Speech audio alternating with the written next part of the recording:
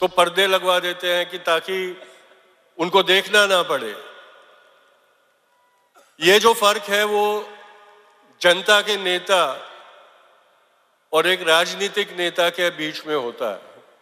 ये हमने याद रखना बहुत जरूरी है, क्योंकि इस देश की, इस भूमि की परंपरा है कि जो जनता का हमदर्द बन के निकला है वही इस देश का सही में नेता बना है।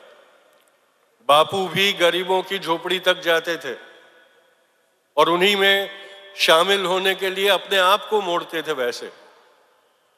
और आज कई सालों के बाद वो देखने को मिल रहा है वापस। मैं ये मेरा सद्भाग्य समझता हूं कि मुझे चंद लम्हों के लिए, एक दिन के लिए ये जो अनुभव है वो प्राप्त करने का मौका मिला, क्योंकि ऐसे अनुभवों के बारे में इतिहास में पढ़ा करता था, पर ये मेरी जिंदगी में कभी मुमकिन होगा ये सोचा नहीं था। इसके पहले 2005 में दांडी कूच में राहुल जी के साथ चला था मैं, आज वापस चला हूं और यही याद आती है कि 1930 में दांडी कूच में बापू, मोतीलाल नेहरू और पंडित नेहरू साथ में चले थे। उसके बाद 1947 में दंगों के बीच जब बापू नोआखाली और टिपेरा में चल रहे थे तो पंडित जी वहां जाते थे उनके साथ विचार विमर्श करने और साथ हो जाते थे। उसके बाद 2005 में, जैसे मैंने कहा, राहुल जी और सोनिया मैडम दोनों उस दांडी कूच की 75वीं सालगिरह पे साथ में आए थे।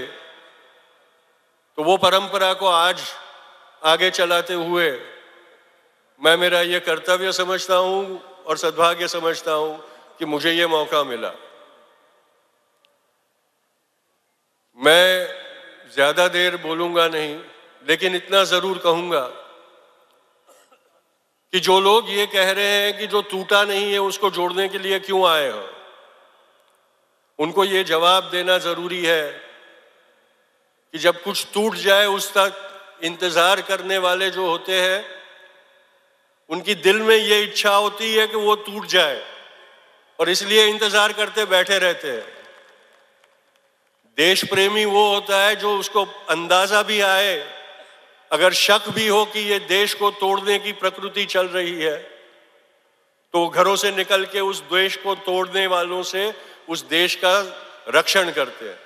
और ये जरूरी है। देश टूटने के बाद टुकड़ों को जमा करने के लिए जाने वाले देश प्रेमी नहीं होते।